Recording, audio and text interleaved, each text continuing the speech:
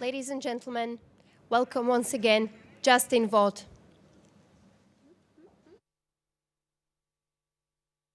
Hello. Good morning. Let's please welcome, thank you so much. I'd like to congratulate you all for getting in your seats this morning with a minimum of pushing and shoving. This is an important skill to have, and I'm glad that we all demonstrated it. We are very lucky to be joined by one of the most interesting members of the U.S. Senate, Mr. Ron Johnson, the senator from Wisconsin. Thank you so much for coming, Senator. Happy to be here. Appreciate the invitation. I want to just kind of jump right into this. Right now, U.S. foreign policy seems to be more sort of up for grabs than it has been in recent memory. President Trump came in, and his ideas about U.S. foreign policy are sometimes sort of hard to pin down. Sometimes it seems like he wants to make a radical break from tradition. Other times, especially when you strip away the rhetoric, the positions seem fairly conventional, fairly traditional. It's hard to know. So it seems to me that this kind of creates an opportunity, maybe even a responsibility, especially for those in the Republican Party, like yourself, to help define a more sort of coherent approach. And you have suggested, in some speeches you've made and talks you've given, a concept that recalls a Reagan-era line, peace through strength. But you've modified that a little bit by wanting to talk about peace through economic strength. So I'd like to start with that, and I'd like to ask you to sort of unpack that expression for us. What is peace through economic strength? What does that mean? Well, first of all, there's no way you can have military strength if you're not strong economically. And if you take a look at just the way the world has been set up for us here, where America has, you combine America's size of its economy with the size of the European economy, it's over $30 trillion large. Russia, depending on how you measure it, somewhere around $2 trillion, probably less than $2 trillion. And look who's pushing who around right now. So just on the base of economic strength, obviously the reason America's the world's superpower is we are sort of the last large economy standing, but now other economic powers are rising, whether it's China. Obviously, Russia is just rising its influence through its aggressiveness. So it starts with economic strength. And just based on the last panel, listening to General Allen talking about stability, but also looking upstream, when he's looking upstream in this whole evolution of radicalism, it starts with economic strength, the diverse economy, having the Gulf states, for example, utilize their oil wealth to diversify their economies. Now, just basic. In order to have an economy, I think you need three basic pillars. You need security, you need labor, and you need capital. Security is is more than just national security, homeland security. It's also security and certainty of the rules of the road. To have, yes, we need some regulations, but we don't want, a massive overregulation. You need a benchmark competitive taxation system so that you can compete globally. So there's an awful lot packed into security, but that is the first pillar. Then, of course, you need workers and you need capital. And a regulatory burden reduces your capital. An uncompetitive tax system also reduces your capital. So if you really try and simplify things from a macro standpoint, security, labor, and capital, that's what provides the economic basis for being strong to hopefully prevent anybody from ever challenging you militarily. That's, from my standpoint, that's how you achieve peace. Okay, so, we have this expression in the States, right? Like, it's hard to argue against mom and apple pie, right? It's hard to argue against military strength and economic strength. The question is the details. So you mentioned a couple of things. Regulatory burdens was one of the first things you mentioned. Right. What are some of the regulations that you think are currently holding back economic strength? Well, let's just talk, in the United States. Yes. There have been multiple studies that peg the cost complying with federal regulations around $2 trillion per year. Now, certainly in our political environment, people are getting immune to these massive numbers. I mean, how can you even contemplate what $2 trillion is? But that's a number larger than the Russian economy, for example. There are less than 10 economies as large as $2 trillion, and yet that is the burden America is placing on itself through overregulation. It's about $14,800 per year per household. I was talking to one Wisconsin paper manufacturer. He did a cost study on just 4 regulations. recently issued under the Obama administration, cost his business the equivalent of $12,000 per year per employee. So in America, we're concerned about wage stagnation. If you're concerned about wage stagnation, look no further than that $14,800 per year per household regulatory burden. And again, there's so many of them. I mean, it's across the board, all these government agencies. I think that's also a problem. I don't want to be critical of any other, I'll be critical of the United States regulatory burden. But let's face it, I think that's one of the reasons, perhaps, that Britain decided to exit the EU, is just the bureaucratic buildup within Brussels, and that's not good for any economic activity. Okay. The second thing you mentioned was competitive tax. People in this room, a lot of the folks in this room are familiar with the VAT. This is something we don't have in the U.S., but it's part of Paul Ryan, who's from your state of Wisconsin. It's the border adjustment tax, which is a sort of variant on the VAT.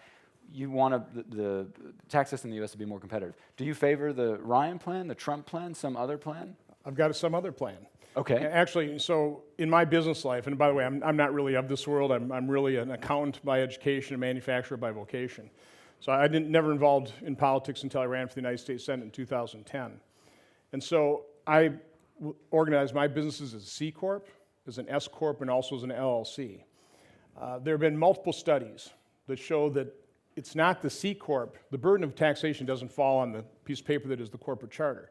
Employees and consumers pay the corporate tax in higher wages or lower wages and higher consumer prices. So my concept would be, rather than have employees and consumers pay the corporate tax, let's make the owners pay the tax. I'll stick it to Warren Buffett. This would be a true Warren Buffett tax, and in case anybody in America thinks that's radical, 81% of businesses have their income taxed exactly like that. There's so many benefits to it. You eliminate the double taxation of dividends. You do end up taxing worldwide income, so you remove the barrier barriers to a free flow of capital across borders. Actually, we've had some initial scores. The distribution benefits of this type of tax plan is very equally distributed, with low-income individuals benefiting slightly more, because the way you collect the tax would be a 25% backup withholding paid by that C Corp to the federal government. So let's say you're a little old lady in Oshkosh, Wisconsin, where I'm from, at a 10% tax rate. You'll get attributed $100 worth of income for your ownership in that company. $25 in taxes already been paid, but then your tax rate's 10%, you'll get a $15 refund, whereas old Warren Buffett's going to have to kick in probably another 10%. It's actually taxing corporate income on a progressive scale, very growth orienting, because it'd be based on cash flow. So you'd anticipate 100% expensing, which is probably the greatest pro-growth tax reform you can do. So again, this is a completely different concept. Okay. It's gaining some traction. I've been talking to a lot of economists, and hopefully that might be plan B if the other plans aren't passable. Is border adjustment part of that? No. No, okay. You also talk about energy resources. You mentioned energy resources. Which energy resources do you have in mind? First of all, America is blessed with a bounty of certainly fossil fuel resources. We should use those in an environmentally friendly way. Right now, oil prices are about half of what they were. Even though OPEC and Russia is trying to restrain production, why aren't oil prices going up with that restrained production? It's because America, through innovation, through horizontal drilling and fracking, has become the third world superpower when it comes to fossil fuel energy. We should use those resources.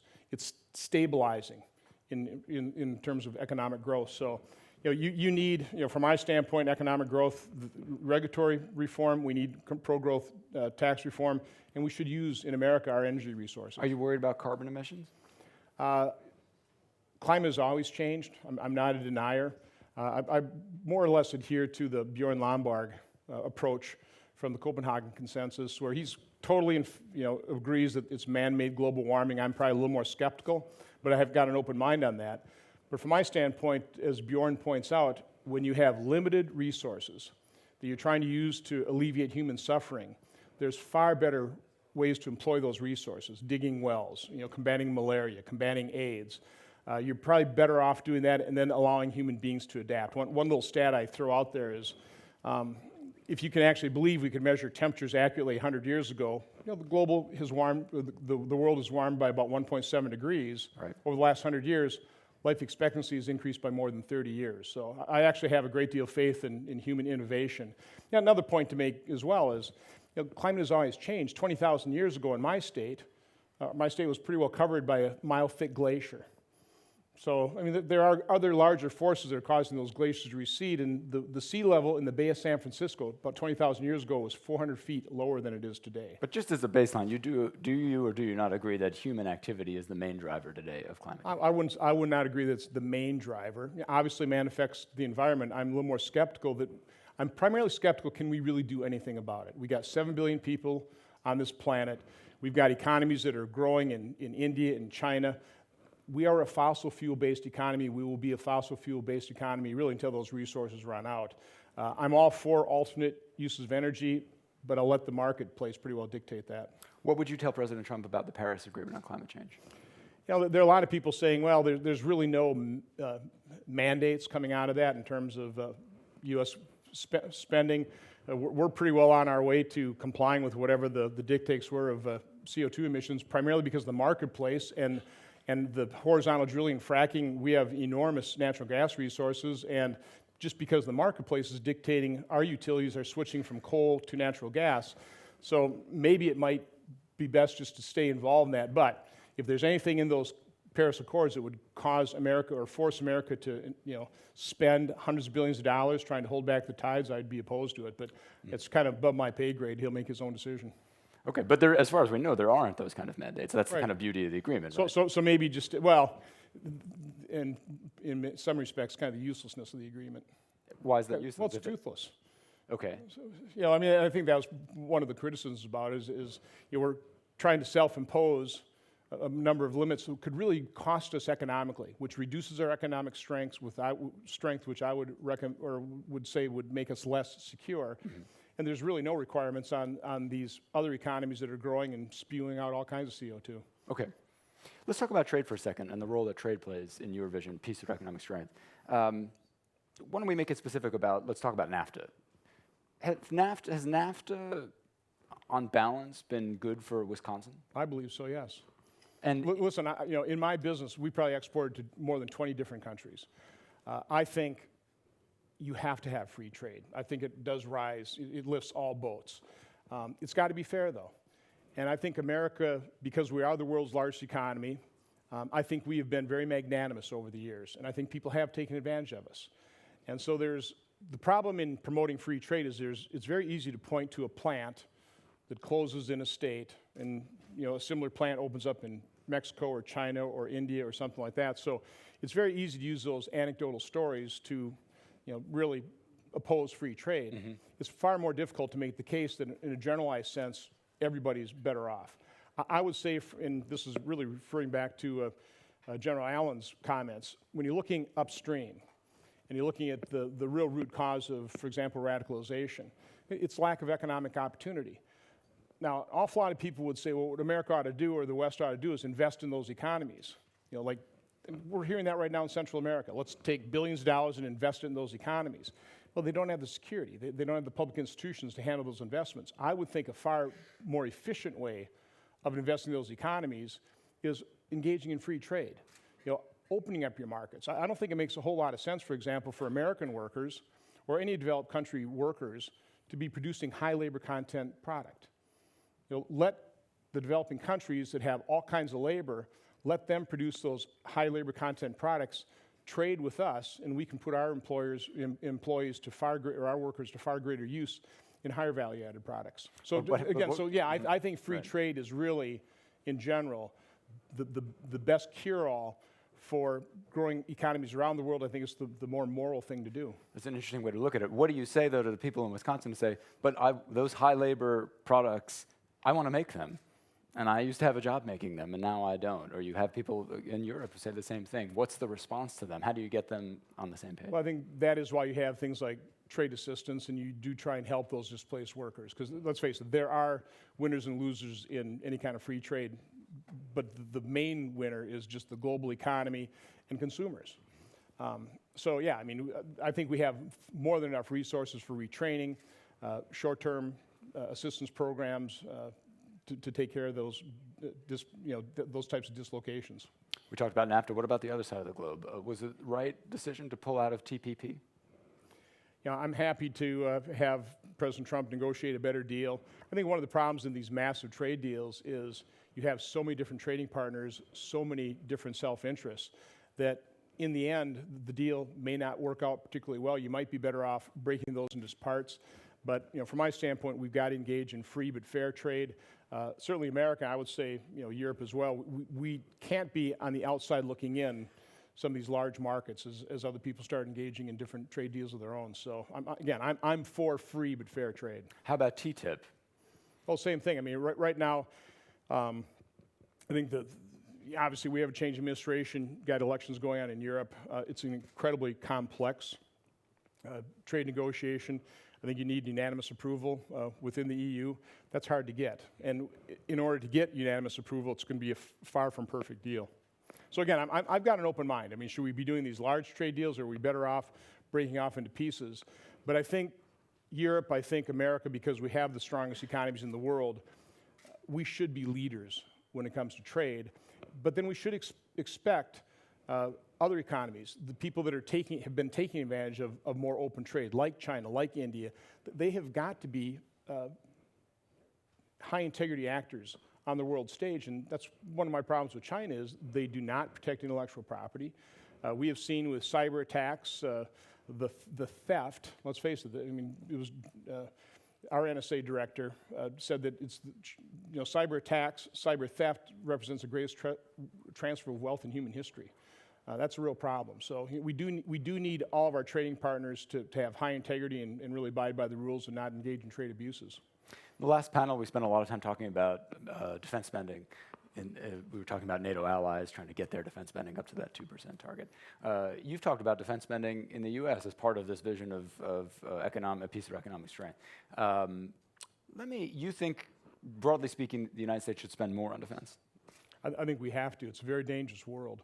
But to start this conversation, let me acknowledge, because we don't acknowledge it enough, our NATO partners have sent their sons and daughters, and they paid the ultimate price. I think it's somewhere around 1,000 sons and daughters of our NATO partners have paid that ultimate price. Far more than that have been injured. So there is no price that you can put on that type of sacrifice. But no, I think we are living in a dangerous world. I mean, the threat of radicalized, violent extremists is, from my standpoint, growing. It's evolving. It's metastasizing, and our first line of defense is very effective intelligence gathering and sharing between countries. We have to have that trust, because that's our first line of defense. So specifically, if we were going to spend more on defense, if the U.S. defense budget is going to go up, what would that money be spent on? What should it be spent on? Well, first of all, I'd say missile defense. I'm not on armed services. I've never served in the military, so I'm not a military expert. But you've got to take a look and project in the future, where the threat's going to come from. And right now, you take a look at North Korea. That's a growing menace, growing threat. I don't think we've been spending enough on missile defense. It would be less of a threat if we had a more robust missile defense system. We have to look to space. I mean, that is obviously, we have enormously important assets in space that need to be protected, and we need to understand that that's going to be a kind of a vital area of future military conflict as well. So you've got to look ahead, and we've really got to get our act together when it comes to cybersecurity, and that's a more difficult issue. So those are two areas where you think missile defense, cybersecurity, that would be where if you were looking at appropriations or debating that's where you'd be wanting to see those resources go. Yeah, but then you also need conventional forces, and you are going to have to fight conventional types of kinetic military activity. President Trump's proposed budget includes a roughly 30% cut in the State Department's budget. Do you think that's a good idea? I don't think there's any agency in the federal government that spends efficiently, so I'm happy to look at any agency and take a pretty sharp pencil to it and certainly pare back. But I'm a fiscal conservative. I ran for two reasons. Obamacare I knew would not work, and those markets are collapsing. And in fact, we're mortgaging our kids' future. We're $20 trillion in debt today. The Congressional Budget Office projects in the future, over the next 30 years, the U.S. is projected to incur another $129 trillion worth of deficits.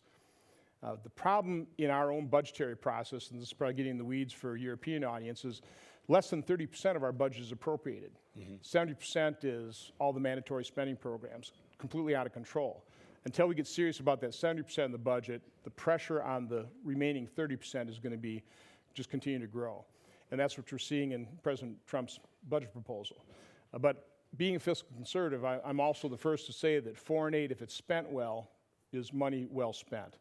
And so, we do have multiple branches of government involved in this process. I think there's enough of us. Lindsey Graham, I think, is in charge of the Appropriations Subcommittee when it comes to the State Department. He will defend, and I'll help him defend. Certainly, soft power and things like foreign aid, where we can project our values through, well-spent foreign aid dollars, as opposed to having to spend probably more on military engagement. Yeah, well, there's General Mattis, at the time, General Mattis, now Secretary Mattis, famously said, the quote is, he said, if you don't fund the State Department fully, then I need to buy more ammunition, ultimately. So I think it's a cost-benefit ratio. The more that we put into the State Department's diplomacy, hopefully, the less we have to put into a military budget. So you roughly agree with that? And I think that's one thing to kind of provide some comfort to a European audience. Take a look at who President Trump has surrounded himself. Take a look at his national security team. These are solid individuals that really have from my standpoint, a very grounded understanding of the world. The secretary that I'm dealing with mostly is Secretary Kelly, a 4-star general, Gold Star parent, head of Southern Command. I can't think of somebody more qualified at this moment in time to be head of Department of Homeland Security. These are individuals that do not necessarily agree with what candidate Trump said on the trail, and yet he still put them in their positions, and he's listening to them and modifying his position. So, coming from the private sector, from the business world, entering politics, cold, like President Trump, I'm actually pretty sympathetic with the very sharp learning curve he's going to have to undergo. And let's face it, there are an awful lot of people that aren't making it real easy for him to kind of ease into that learning curve. So again, I want to cut him a little more slack. I'm looking at the advisors, and they're just first-class individuals with a great deal of knowledge that I think have probably a more mainstream view of what our foreign policy ought to look like. Well, let's talk about NATO, actually, and on that theme. Did the president send the right message with his speech at the NATO summit this week? I want to pull out a quote. At the beginning of his speech, he acknowledged that the only time NATO has ever invoked Article 5 was in defense after 9/11. Trust me, that has a great deal of resonance in America. At the very tail end of his speech, this is his quote. He said, "We will never forsake the friends who stood by our side." Now, from my standpoint, that's maybe a little more eloquent way of saying, yeah, we'll stand by Article 5. The whole speech, the whole event was about Article 5. So, from my standpoint, I think that was all blown out of proportion that he didn't say the magic words. I think he did. And certainly members of the administration came out and said, no, it was obvious. So I don't know how many times, people refuse to take yes for an answer. But no, I mean, one of the reasons I came here to this conference was to provide that reassurance, on a unanimous basis.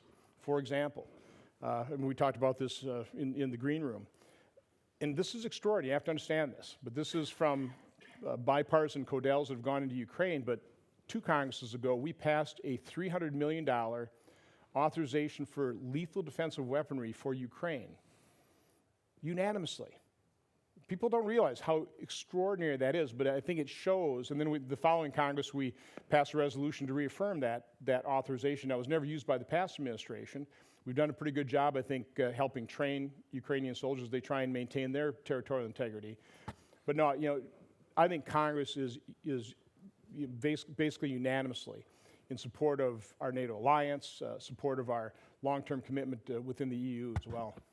Does it say something, though, that you mentioned the $300 million to Ukraine? Does it say something that's extraordinary? That should be considered an achievement? I mean, well, and take a look at I think some of our NATO allies were not in support of that. So one of the reasons probably the Obama administration did not utilize the authorization is, other people within the alliance in Europe were saying, we can't win an arms buildup. I disagree with that position, but no, I think it was pretty extraordinary. Let me ask you just very broadly a general question, and we're talking about Trump, we're talking about NATO. how would you describe, you've described your sort of vision quite well, I think, about how to do this. What is your baseline understanding of what his approach to foreign policy is and what his vision is? How would you describe it? How would you, when you're here and you're, you know, and people say, what's going on there? What are the words you use to describe it? Well, first of all, take a look at what his background is. He was in real estate. He was a tough negotiator. He wrote the book, Art of the Deal. It was interesting, as I was going through the campaign, a tough campaign in Wisconsin, his fervent supporters never really took some of his statements as that was his position. For example, we're going to slap 35% tariffs on imported goods. They viewed that as an opening negotiating position. And I think that's kind of his approach to things. They take him seriously, but not literally. Well, no, they take seriously the fact that that's his opening negotiating position, which is different in the business world than maybe in diplomacy, where you kind of start with here's where we want to end up. In negotiation, you maybe sometimes start with a pretty outrageous demand to get to where you want to go.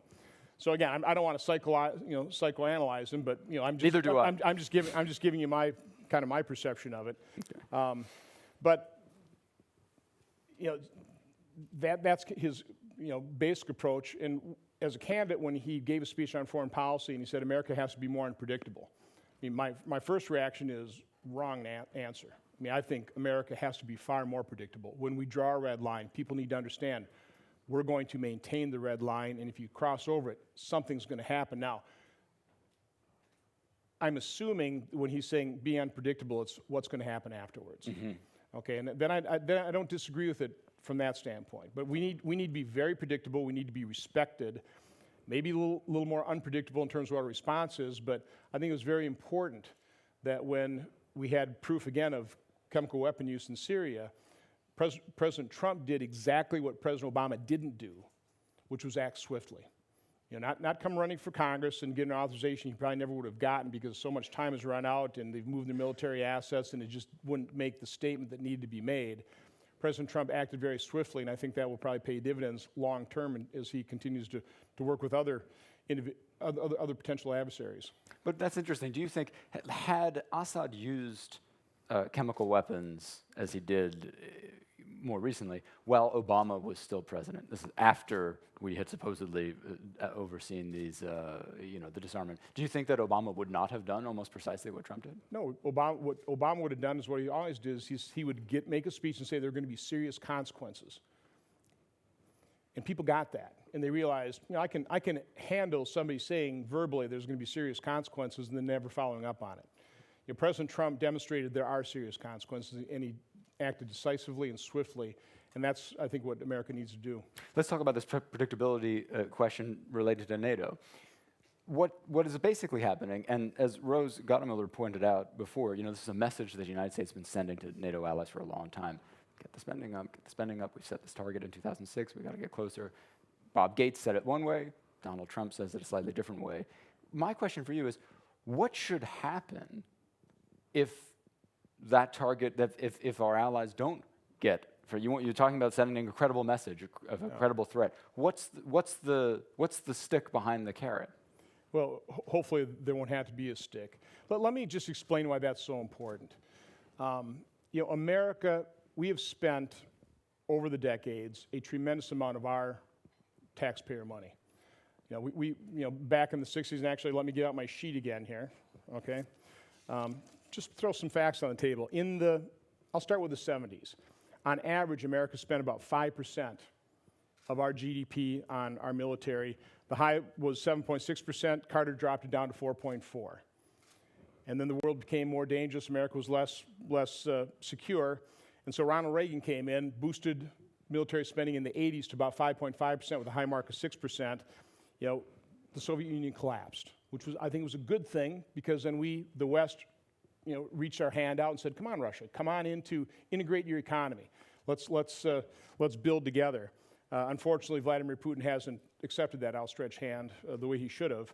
In the 90s, now after that end of history, Clinton ramped our spending down to 2.8%, but on average we still spent 3.5%. Then 9/11 happened. Over the aught decade, we spent about 3.9% on average. Bush had to increase it to about 4.5%, and last year of Obama, we're back down to 3.2%. But again, all significantly higher than 2%. So the American taxpayer has been supporting not only America's military and to defend America, but we are the world superpower. We have been called upon to, in many respects, provide stability to the world. And kind of all we're asking is, can countries in Europe spend 2%? So it's just a reality. If that doesn't happen, right. the most unpopular form of spending in America, in terms of the federal government, is foreign aid and military spending to defend people that aren't willing to spend money to defend themselves. So when we've got troops stationed in Europe, and we know that costs a lot of money, at some point in time, the American public will not be supporting the foreign aid. They will not support spending on military in places outside the U.S., and that would be a very dangerous point for the world. So people need to understand this is really about American public support, and of course, Donald Trump ran as a candidate saying exactly this. And so he's pretty well just following up on what his voters, and by the way, probably far more than just his voters as well. This isn't just people that supported President Trump. I mean, foreign aid, spending on military, defending other people that aren't willing to spend money to defend themselves is a highly unpopular thing to do. Don't you think part of the problem, though, is that in the United States, voters tend to completely exaggerate the amount that we spend on foreign aid? So do you, when you meet with constituents, you explain that to them? I try to. And do you feel as though there's an understanding there that's increasing or not? I hope so. Okay. But again, it's hard to overcome a basic public perception that half of our spending is on foreign aid and we're not spending it on ourselves. Right. So, it's about 1%. Again, it's why I started the conversation again, and I try and convey this as much as I can. 1,000 sons and daughters of our NATO partners who pay that ultimate price. Okay, I want to start asking the audience to start thinking about questions you want to ask the senator. I'm going to ask him one or two more myself, but if you want to start thinking about what you'd like to ask him, we have an unusual opportunity to ask someone who really knows what's going on.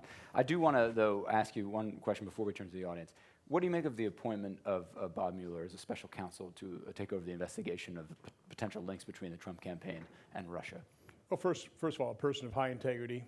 Probably couldn't get somebody that was going to be accepted by both sides than Robert Mueller. The problem is, I think we need to get to the bottom of any kind of Russian influence, any kind of collusion. We need to get all the facts on the table. I was very supportive of the Senate Intel Committee doing their work. Now, I'm chairman of the Homeland Security Government Affairs, the Senate Oversight Committee. I've yielded that investigation to the Senate Intel Committee because a lot of this information should remain classified. By the way, the only crime that we know has been committed is the leaking of classified information. So my preference would have been to have the Senate Intel Committee complete its job, its investigation and issue a report, so we could see if any further action needed to be taken. The problem with a special counsel and a criminal investigation, which is what I'm assuming that is, because I've run up against this in my oversight work, is the minute you have an investigation, and people stop talking, you don't have access to documents, so I think it's going to be that much more difficult for Senate committees to conduct their oversight work. And let's face it, the history of special counsels or special prosecutors is they just drag on and on and on. And in such a dangerous world with such enormous problems, I don't think we can afford to have this thing drag on. I'd like to bring this to a swift conclusion, take whatever action we need to take so we can move on and start addressing those things. So in the end, I said after our briefing with the Deputy Assistant or the Deputy Attorney General is, be careful what you wish for. Democrats were calling for a special counsel, other people were. They got it. And now I think we're going to slow down the process, which is unfortunate. You talked about the leaking of intelligence. Were you alarmed by the Times reports about President Trump's sharing of intelligence with the Russians during his meeting with them, a meeting during which he apparently, according to the Times, referred to the former director of the FBI as a nut job? I'm concerned about all kinds of leaks. It's not good. And you've got intelligence professionals, apparently, that are leaking these things. They ought to know better. And it jeopardizes our national security. And it's wrong. It should be, hopefully, that we can find out who's leaking and prosecute them so other people won't do it. The British were also upset about this, of course, too, about the Manchester. Sure. I mean, listen, if America is providing intelligence to another country and it leaks out, and you risk sources and methods, you risk sources, you're risking people's lives, yeah, people need to be upset. I'm upset about the leakers. Okay. All right, let's turn to our audience and see what you'd like to know. Let's start with this gentleman over here in the row here. please tell us who you are, and please ask a question and keep it short. Thank you. Thank you very much. I'm Lazar Comanescu, former Foreign Minister of Romania. I'd like to raise a question to Senator Johnson. Yesterday in the first panel, when we were talking about global trends, one aspect was pointed out, the fact that as of now, 124 countries have as main commercial trade partner China, while the United States is at 56. How would you comment this trend, which seems to be increasing in terms of free trade, in terms of leadership in shaping rules and the way how the international trade is to be carried out? Well, I think America has to be fully engaged in just about every market of the world. So again, that's why I'm for free, but we have to insist on fair trade. And I think we also need globally insist that China understands and abides by the rules of the world as well. You know, respects intellectual property, cracks down on the cyber attackers coming out of China, where you have that massive theft. But listen, I think China is being incredibly smart in terms of their investments all over the world. America should be making those investments, and we do, but China's doing them very strategically. I have no idea, truthfully. I mean, I do, but it's very unfortunate, China's military buildup. Who's really threatening them? I don't understand Russia's aggression. So, you know, there are many trends in the world that are just disappointing and, quite honestly, baffling if you certainly take a look at the U.S.'s viewpoint of these things. We're trying to bring peace and stability in the world. We've opened up our markets. We've been very magnanimous. I wish people would recognize that and work with us as cooperatively as possible, respecting the rule of law, respecting intellectual property rights, I think, and respecting trade deals, not engaging in non-tariff barriers and other trade abuses. But I want to follow up on that just for a second, because you just spent a bunch of time defending increases in U.S. defense spending. For all the same reasons, wouldn't the Chinese say, well, of course we're going to increase ours too? How is it any different? So what other power in world history has provided as sacrificed so much for others? And again, our NATO partners have done it as well. It's a pretty extraordinary thing in the span of human history. It's Colin Powell, I think others have said this too, is, we send our sons and daughters, to fight in battles, to preserve other people's freedom. We never do it for land. The only land we ask for is enough to bury our dead. And that's something pretty extraordinary that the U.S. and our NATO partners have done. You can't say that about some of these other powers. So, again, you have to take a look at the world as it is. I think America, and obviously I'm biased, but in a very dispassionate way, America has been, I think, a phenomenal force for good and peace in the world. Some other people haven't been. Okay. Yes, the gentleman in the middle here, in this row. Yes, thank you. Please tell us who you are, and please keep your question short. Sure. Jalil Ghafouri from Afghanistan. Thank you. This is a good opportunity. Earlier, I wanted to thank the NATO partners and your great nations for the sacrifice did in Afghanistan, and we are so grateful. Though the mission in NATO is definitely complicated and failed, we need to, in fact, to check about a test, and definitely we are looking forward to get a result. But about you, sir, there are a lot of comments about your commitment in Wisconsin and also about your comments about the veterans. Me coming from Afghanistan, we've got economic motivated enemies and ideological motivated one.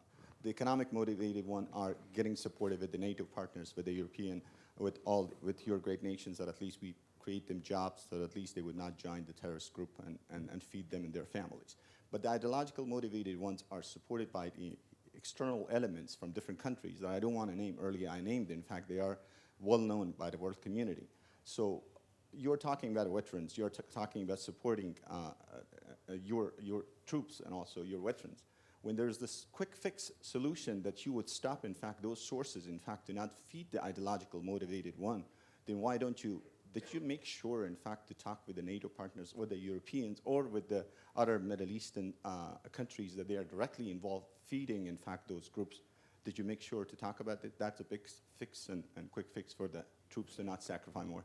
I would recommend that people read President Trump's speech in Saudi Arabia. I think you'd be hard-pressed to disagree with what he's saying. I think that's exactly what he's trying to accomplish, is get a global coalition of the willing, certainly of the Arab states, to cut off funding, to renounce and reject this radicalization of this extreme ideology. I think it's extremely important. My first trip as a senator was to Afghanistan, to Kuwait, Pakistan, and Afghanistan, and I will never forget we visited the training mission there, and we had our own interpreters, and I was able to talk to people that are signing up and being trained for the Afghanistan military. And I would always ask people, because we were told, well, they're joining because they're being taught how to read, and so I was asking the people that I was talking to, why are you joining the military? Why are you joining this effort? And probably the last person I talked to who had the most eloquent answer is very simply said, for my country, we want peace. If we concentrate, and I'm come from the business world. I didn't sit down and at the negotiating table and start arguing all the time. My negotiating technique was laying out all the areas of agreement. If we would concentrate as humanity on areas of agreement, let's face it, the vast majority of human beings on this planet just want to live a life. They want peace, they want security, they want safety. They want to be able to raise their children to hopefully have a better life than themselves. They want opportunity, they want prosperity. If we concentrate on that, and again, as citizens of the world, we work together to achieve that, that's probably the best place to start. Don't delve right into the differences. Concentrate on why we're involved in these types of alliances.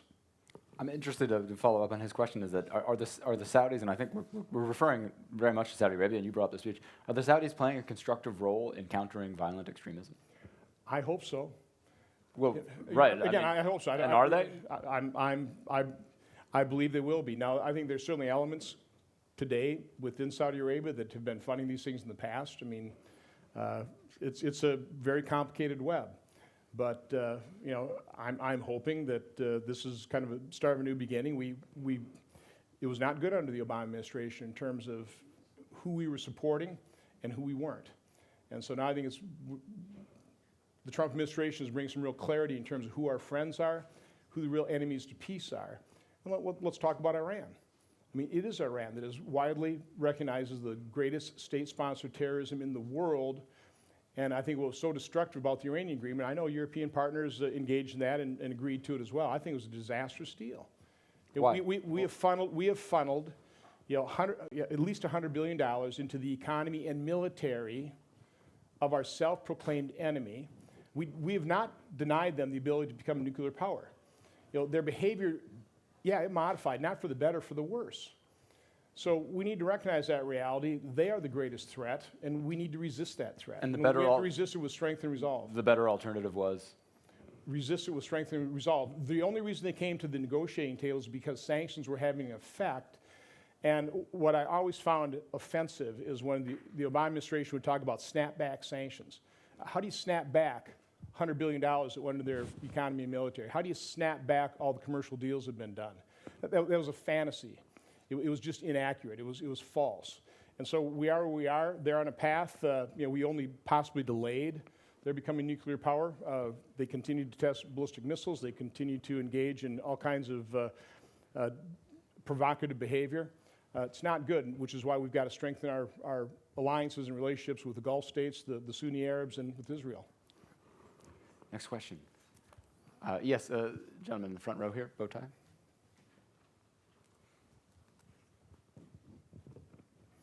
Yes, Konstantin Eggert from Moscow. Actually, it's a cue from what you said, Senator, about Iran. During the election campaign, I understand, well, rhetoric could be slightly different from reality, but there was very strong rhetoric about, reversing the Iran deal and adopting a new policy. Doesn't look like the Iran policy review has happened in Washington. What do you think will be the steps of the Trump administration with regard to Iran, practical steps? And secondly, how does Russia fits into that? Because it's an ally of Iran and it might react if the US tries to pressure Tehran? Thank you very much. Actually, I also happen to think that the deal was a disaster. Yeah. So first of all, campaign rhetoric is just that. It's campaign rhetoric. And then you get into office and you have to face reality. And the reality is the deal was done. The money's, is injected in their economy and military. The commercial deals are struck. So there is no really tearing up the deal. It's already completed. What you saw to the Senate Foreign Relations Committee markup last week was additional sanctions. So we'll continue to do what we need to do to try and push back on Iran, but the cat's out of the bag. I mean, we're in a far more difficult position with Iran than we were prior to that deal. But I think you'll see greater strength and resolve. You'll see the strengthening of the relationship, try and have the Sunni Arab states be as a counterbalance. We need to solve the Syrian situation. If we can stabilize the events in Syria, try and push Iranian influence out of there, that would be a plus. So we just got to continue to push back on Iran. And quite honestly, try and support those elements within Iran that are trying to provide greater democracy, a more liberalization of the Iranian government. It's a real shame, the start of the Obama administration, there was not even vocal support when the students basically protested against a rigged election. And that sent a very bad signal and strengthened the mullah's hands in Iran, which is not helpful. But of course, the hardliners in Iran oppose the nuclear deal, and it was the moderates who supported it. So, in a sense, are there really moderates in the Iranian government? Do you think so? I don't think so. Are there relative? I will call them moderates, but they're not moderates. So no difference. It makes no difference. Oh, yeah, there may be hardliners, but the people in power are not moderates. What about this question about Iran? Because it's an interesting point. How is there anything that Washington can do, and especially now that there's been a sort of idea that we should improve relations with Russia in some way, is there anything that Washington can do to try to drive a wedge between Moscow and Tehran? Well, again, I think it's the strengthen our alliance with the Sunni Arab states and Israel. Don't weaken Israel. One of the things I've asked European delegations, let's face it, European delegations that voted to poke a stick in Israel's eye with the resolution on settlements. If you had to move your family to the Middle East for a couple of years, what country would you move them to? I think it's pretty obvious.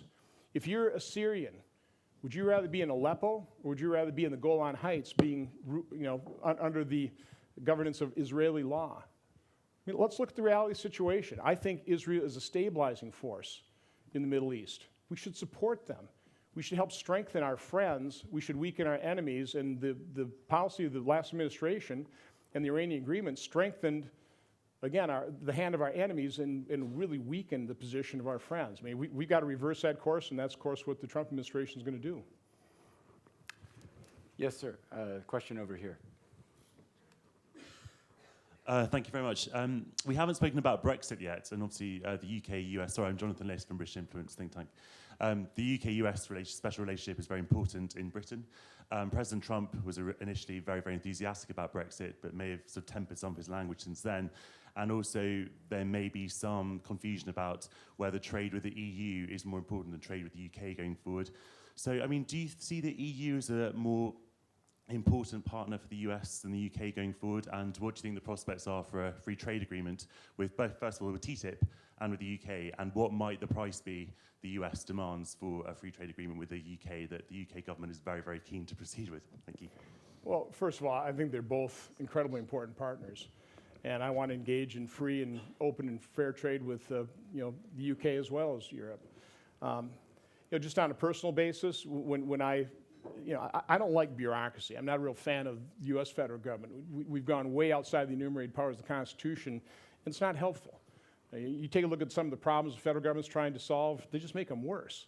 And my guess is, not being that engaged in European Union, but my sense is you've got that enormous bureaucracy that just continues to grow. And by the way, quick little insight for people from the business world.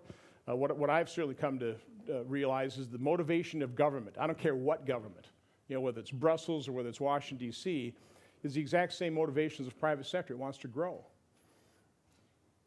And often, in the private sector, in order to grow, you actually have to succeed. You have to produce a product or service that you can produce at a cost less than you can sell it for. You provide value to economies. government, let's face it, failure allows you to grow. In America, we've engaged in a multi-decade war on poverty. We haven't even moved the needle. You can say a lot of our metrics are actually worse, having spent $13 to $22 trillion, which is about how much debt we're in. So when I saw the results of the Brexit vote, I'm just saying on a personal basis, I thought, yeah, blow for freedom. But then you start recognizing reality. This is very complex. So I don't know that's good or bad. I'm hoping that all parties are very level-headed and that whatever the divorce proceedings or the divorce settlement is going to be on Brexit, I hope it's to everybody's benefit. But from my standpoint, the U.S. needs to engage with the U.K. as well as Europe as openly and as robust fashion as possible. We are the bulwark of freedom and stability and peace in the world. We just are. We have to recognize that. That's what's so important about NATO, about our alliances within Europe, and between that and the United States. Next question. Yes, the gentleman in the back with wearing glasses, his eyeglasses, yes. The gentleman with the eyeglasses. Thank you. We both have eyeglasses. Oh, I'm sorry. I meant the fellow next to you. I will give. Okay. Why don't you ask the question? I'll go ask to a him quick next. question first. I'm So, sorry. Thank you. Chris Walker at the National Endowment for Democracy in Washington. Senator, you indicated earlier that we should be concerned, and you asked the question of why it is Russia and China are deepening their investments in their military. Another aspect to this is massive investments in non-military kinetic forms of influence. So Russia has invested in its RT efforts, Sputnik. China devotes billions of dollars to its international media platforms. How would you assess the U.S. and European response to this global media influence effort that's been undertaken by these authoritarian regimes? Way too weak. It is interesting having come over on a number of bipartisan congressional delegations into Ukraine or Eastern Europe. Those that haven't been over to Eastern Europe very often, they're shocked by the reports of the propaganda, the misinformation, disinformation campaigns. That's why, Russia's meddling in our U.S. election didn't surprise me in the slightest. I mean, they've been doing it in Eastern Europe. They've been trying it in the U.S. probably for decades as well. They just have a new tool called the internet. So no, we've got to do a far more effective job of pushing back, countering their propaganda, disinformation. We've held a couple of hearings on this in my European subcommittee. One of the conclusions of the hearing is not that they're trying to convince the public, the world audience, that their system is better or what they're saying is true. They realize they really can't do that. What they're really trying to do is just sow the disinformation to get people to think you can't believe anybody. And they're doing a pretty effective job. I mean, they've just got to be, way more than chuckling as we're stepping all over ourselves based on, what meddling they did in the U.S. election and how it's tying up. Let's hope not tying up Washington in knots, but it certainly had a very harmful effect. So we need to recognize who they are. We need to push back, but we need to use things like, whether it's Radio Free Europe, Voice of America. I'd love to see a much more robust and a coordinated effort by Europe, Eastern Europe, pushing back against RT because it's very effective. It's entertainment. It's propaganda, disguised as entertainment. Probably the most effective propaganda you can have. So we got to recognize how effective it is, and we have to push back and counter it. Okay, and now to the gentleman who was waiting. Thank you. Please tell us who you are. Thank you very much. Suge, President of China Institute of International Studies, a think tank under the Foreign Ministry. Probably it's a good place for us to say a few words. That is, sometimes when China, the name is mentioned by West media, and China is cast not in some good fashion. Just now we heard that China was associated with the theft on the internet, and also the people are concerned with the military buildup. So what I would like to say is that when you look at China's foreign policy emphasis, we are actually, just like Senator you have just now said, we are pro-internationalization, globalization of the economy. And we are for interconnectivity, so we are for peace and development. That being said, my question is for you, Senator, this.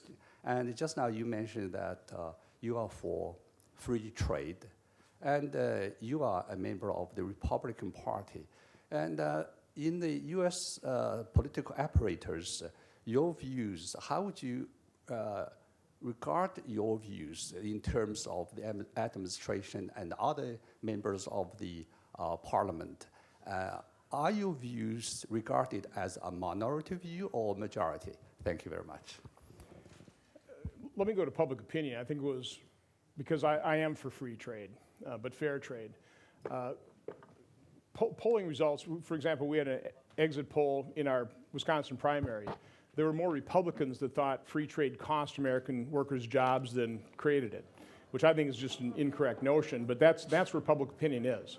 And so from my standpoint, those that are engaged in free trade have got to do a far better job talking about the facts, the reality that it really is good for us. I mean, NAFTA has benefited Canada, America, and Mexico, and that's a good thing. You do want a rising tide lifting all boats, and it's just true.